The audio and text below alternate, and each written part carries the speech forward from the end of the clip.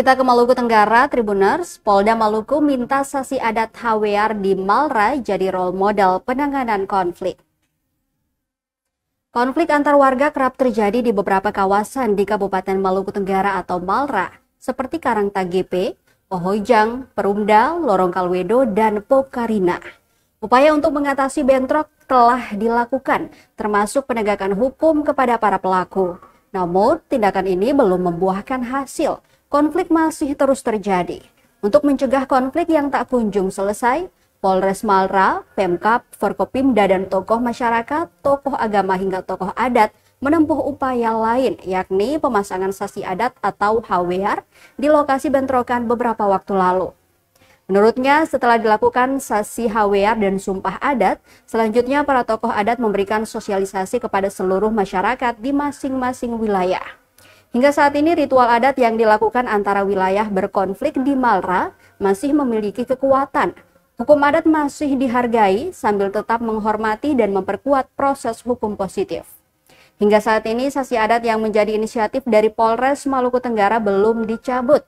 Penempatan petugas keamanan juga masih disiagakan hingga situasi di daerah-daerah tersebut benar-benar aman selamanya.